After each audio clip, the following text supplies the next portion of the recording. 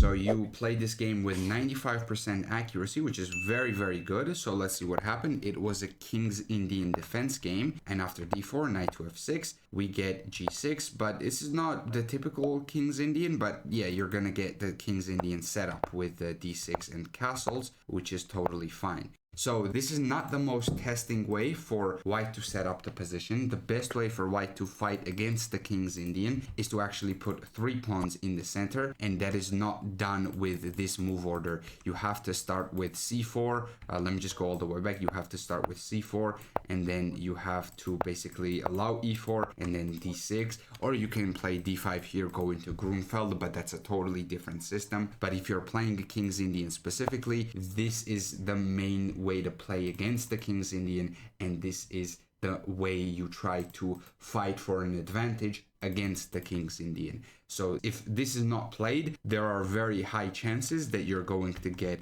at least a very equal position out of the opening with black. Yeah, most of the time at my level, I would say I got the 3-pawn advance in the middle, but every now and then you got some irregular opening, especially at this 1600 or 1200 on Chess.com level. You always got some irregular opening, and if you know you're opening well, you can capitalize on it. Yes, that's true. So here, knight b to d7. So in this case, you have multiple ways you can continue. You can continue with e5 or you can continue with c5. These, in my opinion, are both reasonable options. Now, looking at this position, I do prefer e5 because you have e4 forking ideas. So e5 is a move that is coming with a threat. So I would prefer that. But c5, I don't think c5 is bad at all. Maybe you could argue c5 in this position is not as strong because the bishop is still on c1, so this diagonal being open is not going to be all that useful, but I think these are both very decent options. I don't think they are bad. So you go rook to e8. I would have played e5 immediately because in this case you already prepared it. The knight is already controlling the e5 square and it is not controlled further, so this is just not necessary. You're setting up e5 with rook e8, but you can play e5 right away. Yeah, it's already prepared. Yeah, exactly. And as a matter of fact, you might need the rook on f8 in the future, because if we get a typical King's Indian attack type of position, or King's Indian defense, and when we go e5 and we attack white on the king side with f5, h6, g5, g4, stuff like that, the rook on f8 is more useful. So in the future, this move might not be that useful, if that makes sense. Yeah. But okay, you go e5, reasonable. Opponent goes bishop to g5. That doesn't really do a whole lot. There's a way to punish it here, and h6. Computer calls this an inaccuracy. I don't think h6 is really all that bad. Now, I'm wondering if there was something else that was better, such as maybe e takes d4, but I don't really see why h6 is an inaccuracy. I think it's a totally reasonable move. Is there something I'm missing? The bishop back and... Yeah, ed4, knight d4. Yeah, so apparently I was... the reason why I opened up the engine here is because I was really wondering why the advantage fell after h6. The best thing to do here is to take on d4 first and then play h6. This is the better way to handle the position, which I thought this might be the case. And the reason why is because you get to open up this bishop. So you see, if your opponent ever plays d5, your bishop is kind of locked. Okay. But if you take, it's open because white has to take back, but now the bishop is open. So after h6, I'm suspecting that maybe the best option for your opponent was to take and play d5. I still think that that position would be better for you though, but it was slightly better to take on d4 first, apparently. But I think what you did, h6, is also totally fine. I don't think this is really all that bad.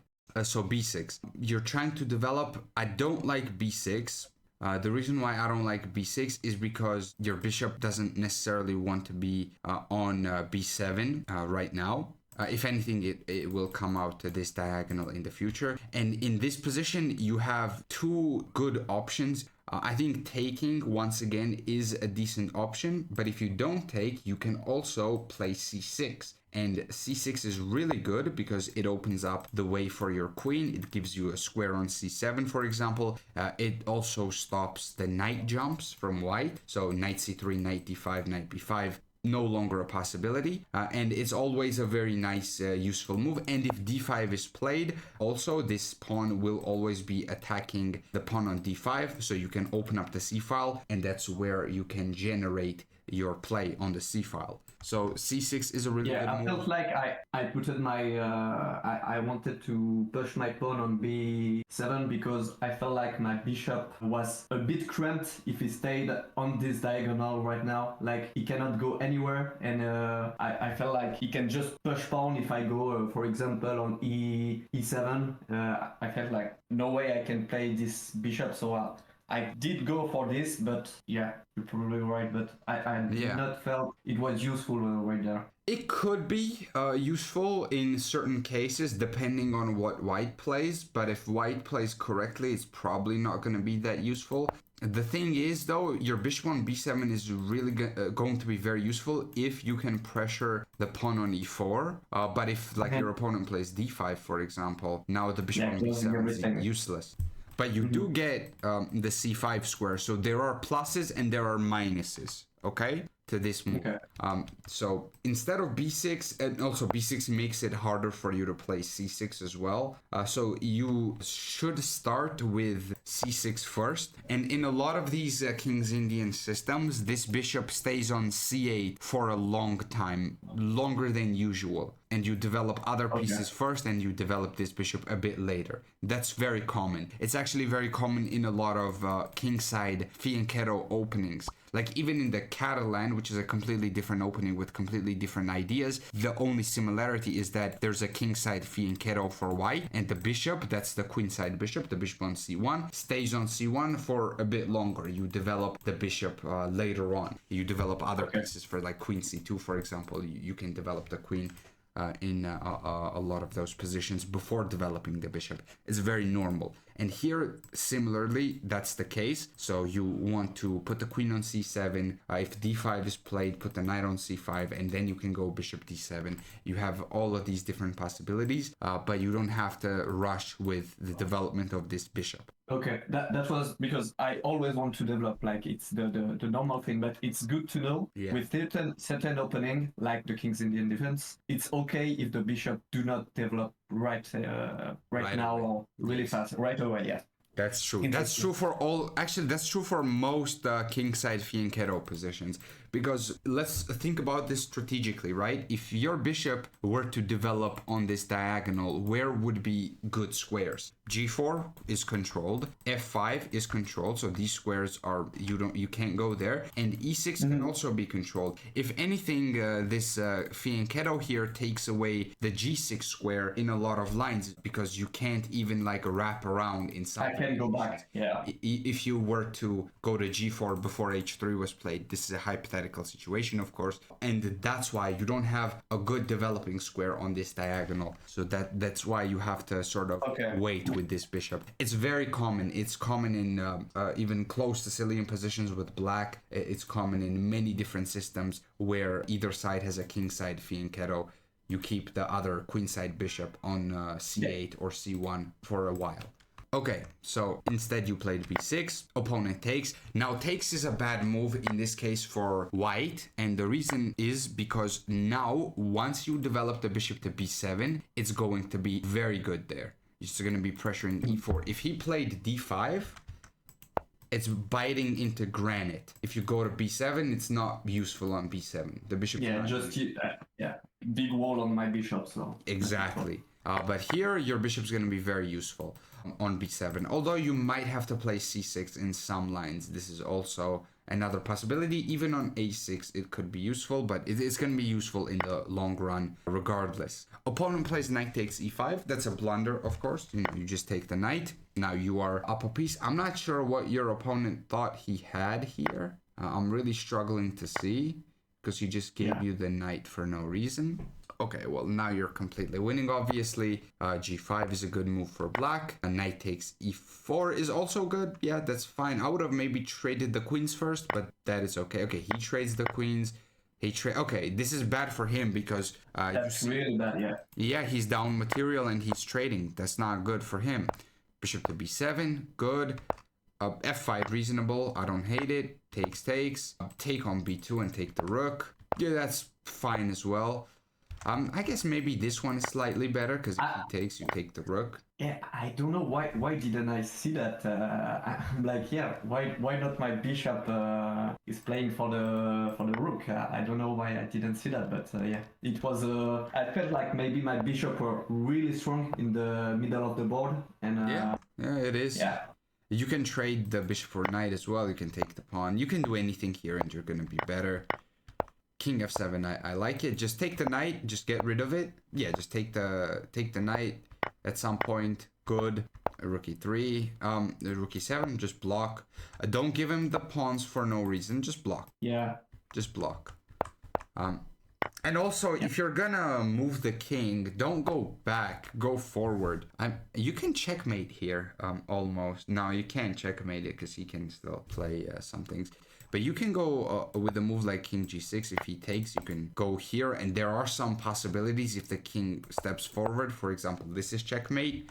Yes. This is also checkmate. But if the king goes back, okay, you can just take the pawns. And with f4, you also...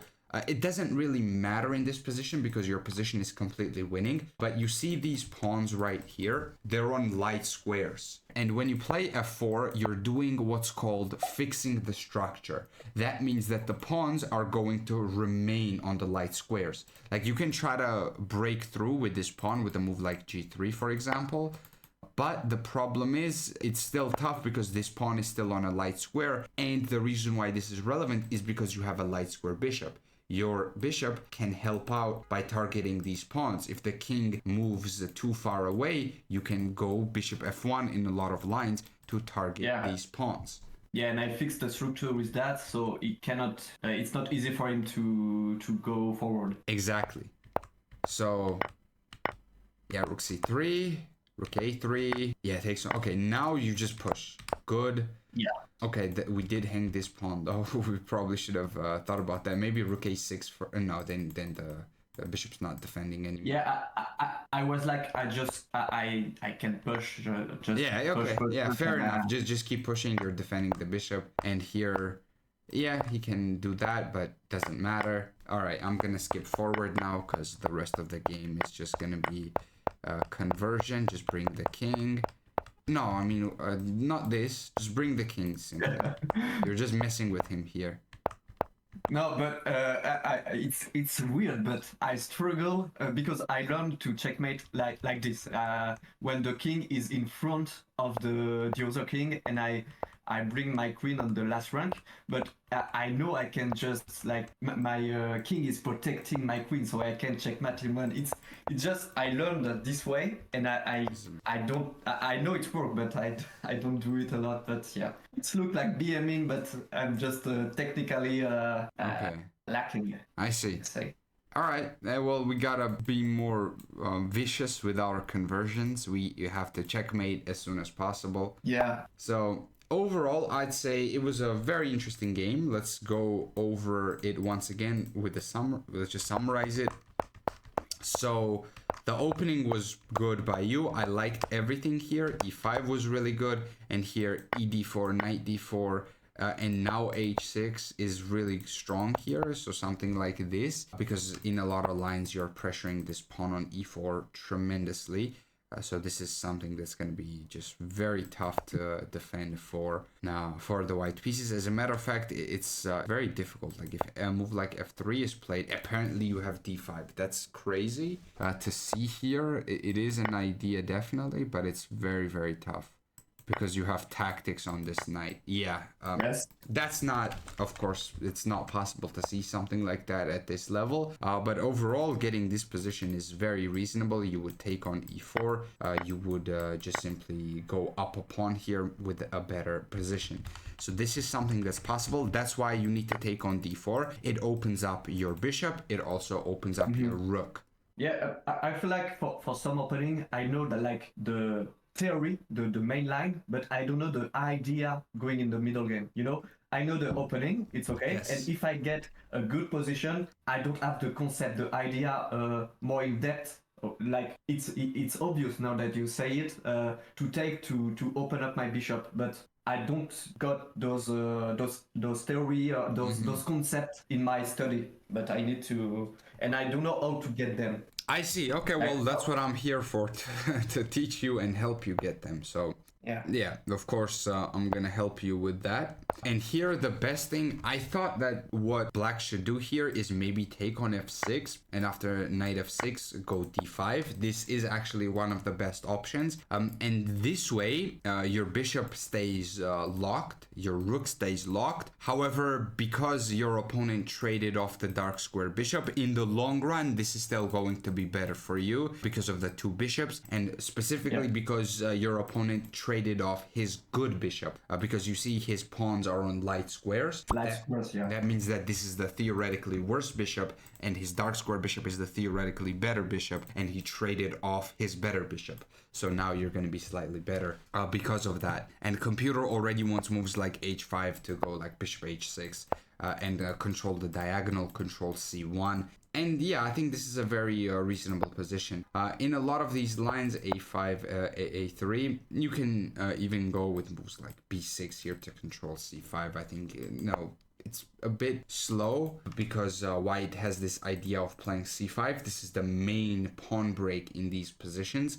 Going for c5 immediately, though, is a bit difficult for white because it does technically sacrifice the pawn, but it is not necessarily the greatest pawn if you take it. So I'm wondering here, computer wants a5 is making sense to me. What's g5, g4 to go for a kingside attack? You see how by getting rid of the dark square bishops, you are getting rid of one of the best attackers of white in these systems, and now you can just because you're in no danger, you can just go like g5, g4, and you can attack the white king. Like you can go king g7. Opponent will try to create counterplay with c5, but you can go g5 and then takes, you just take back, and he's not in time. Like no matter what he does, he's not going to be in time. Like he can try to do something here. Like b5 is an atrocious move. This is terrible because b5 now you even have this square on c5, but I don't think you're gonna use it here because your attack with g4 is just gonna come super fast. So this is really strong.